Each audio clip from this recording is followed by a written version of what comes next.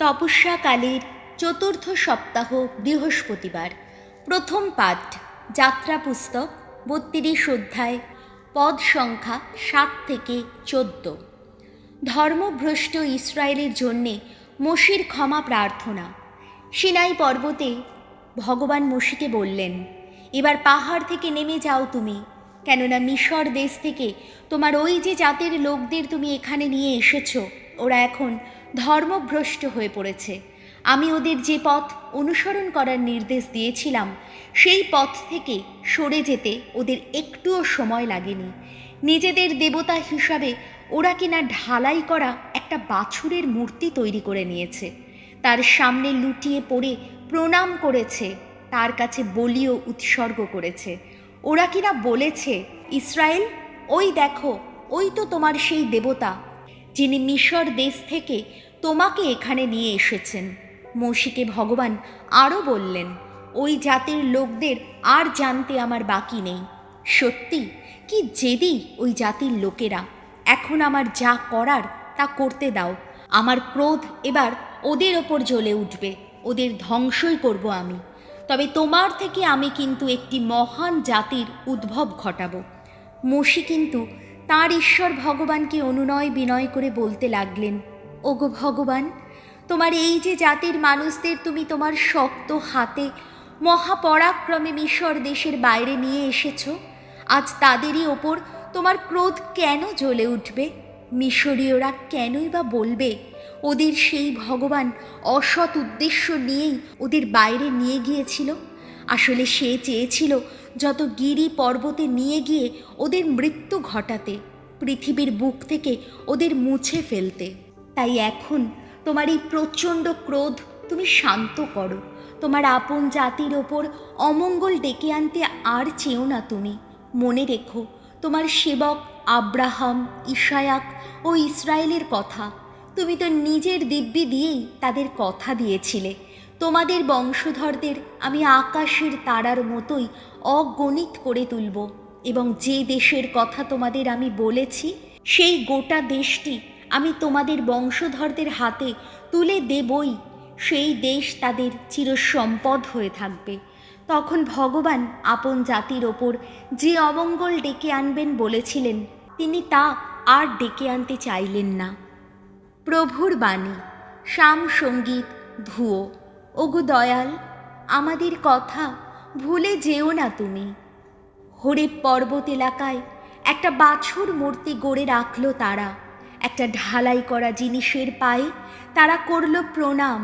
তৃণভোজী একটা বৃষের বিগ্রহের সঙ্গে তারা আপন গর্বের ধন যিনি, তাঁরই করল বিনিময়। ধুয়ো। ওগো দয়াল, আমাদের কথা ভুলে যেও না তুমি। তারা তো ভুলেই গেল তাদের রক্ষাকর্তা ঈশ্বরের কথা। সেদিন মিশরে যিনি সাধন করেছিলেন সেই সব কীর্তি সুমহান, হাম বংশীয়দের দেশে তিনি ঘটিয়েছিলেন অপরূপ কত না ঘটনা। লোহিত সাগর তীরে বিস্ময়কর ভয়ঙ্কর কত না কিছুই। ধুয়ো। ওগো দয়াল, আমাদের কথা ভুলে যেও না তুমি। সেদিন তিনি বলেছিলেন তাদের বিলাপ ঘটাবেন তিনি, কিন্তু তার মনোনীত জন মোশি তো তখন প্রাচীরের ছিদ্র মুখে তার সামনে এসে দাঁড়ালেন। তাদের ওপর যেন নেমে নাই আসে তার বিনাশী আক্রোশ। ধুয়ো। ওগো দয়াল, আমাদের কথা ভুলে যেও না তুমি। বাণী বন্দনা। ওগো যিশু, বন্দিত তুমি, সবার কণ্ঠে কীর্তিত তুমি। পরমেশ্বর জগৎকে এত ভালোবেসেছেন যে তার আপন পুত্রকে তিনি দান করেছেন। তার প্রতি যারা বিশ্বাসী তারাই সকলে যেন শাশ্বত জীবন লাভ করে। যোহন রচিত মঙ্গল সমাচার ৫ অধ্যায়, পদ সংখ্যা ৩১ থেকে ৪৭। যিশু যে কে তার নানা প্রমাণ পেয়েও ইহুদিরা তাকে বিশ্বাস করেনি বলেই মোশে নিজেই তাদের অভিযুক্ত করবেন। যিশু একদিন ইহুদিদের বললেন, নিজের বিষয়ে আমি যদি নিজেই সাক্ষী দিই তাহলে আমার সেই সাক্ষী তো প্রকৃত সাক্ষী হবে না, কিন্তু অন্য একজন আছেন যিনি আমার বিষয়ে সাক্ষী দিচ্ছেন, আর আমি জানি যে আমার বিষয়ে তার সেই সাক্ষী প্রকৃত সাক্ষী। আপনারা দীক্ষাগুরু যোহনের কাছে দূত পাঠিয়েছিলেন, আর তিনি তো সত্যের সপক্ষে সাক্ষী দিয়ে গেছেন। আমি অবশ্য মানুষের সাক্ষীর ওপর যে নির্ভর করছি তা নয়, তবে এই কথা বললাম যাতে আপনারা পরিত্রাণ পেতে পারেন। যোহন ছিলেন যেন এক জ্বলন্ত দীপ্তিমান প্রদীপ, আর আপনারা তার আলোয় কিছুক্ষণ আনন্দে থাকতে চেয়েছিলেন। কিন্তু আমার এমন এক ধরনের সাক্ষী রয়েছে যা যোহনের চেয়েও বড়। আমার পিতা যে সমস্ত কাজ সম্পন্ন করার দায়িত্ব আমাকে দিয়েছেন, এখন আমি এই যা কিছু করছি সেই সমস্ত কাজই আমার সপক্ষে সাক্ষী দিচ্ছে যে সত্যি পিতা আমাকে পাঠিয়েছেন। তাছাড়া সেই পিতা যিনি আমাকে পাঠিয়েছেন তিনি নিজেও তো আমার সপক্ষে সাক্ষী দিয়ে গেছেন, কিন্তু তার কণ্ঠস্বর আপনারা তো কখনো শোনেননি, দেখেননি তার শ্রীমুখ। আর এখন তার বাণীও আপনাদের অন্তরে তো ঠাঁই পাচ্ছে না, কারণ তিনি এই যাকে পাঠিয়েছেন আপনারা তাকে বিশ্বাস করছেন না। আপনারা সমস্ত শাস্ত্র তন্ন তন্ন করে ঘেঁটে বেড়াচ্ছেন, কারণ আপনারা মনে করছেন যে শাস্ত্রের মধ্যেই আপনারা পেয়ে যাবেন শাশ্বত জীবনের সন্ধান।